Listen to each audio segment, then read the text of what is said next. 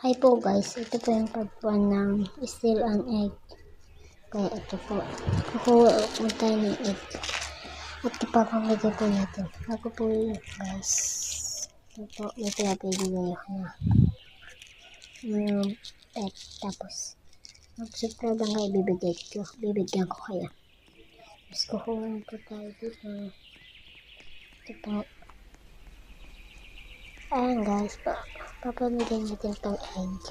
Ito guys.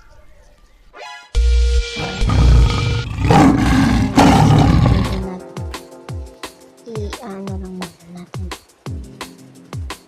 Ilalagay sa plot at pag tapos na bigay na natin sa inyo.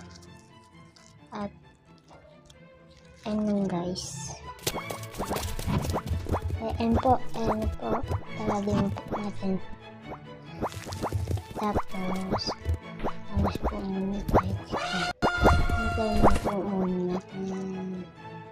Kukuha ulit ng bagong egg. Ano po.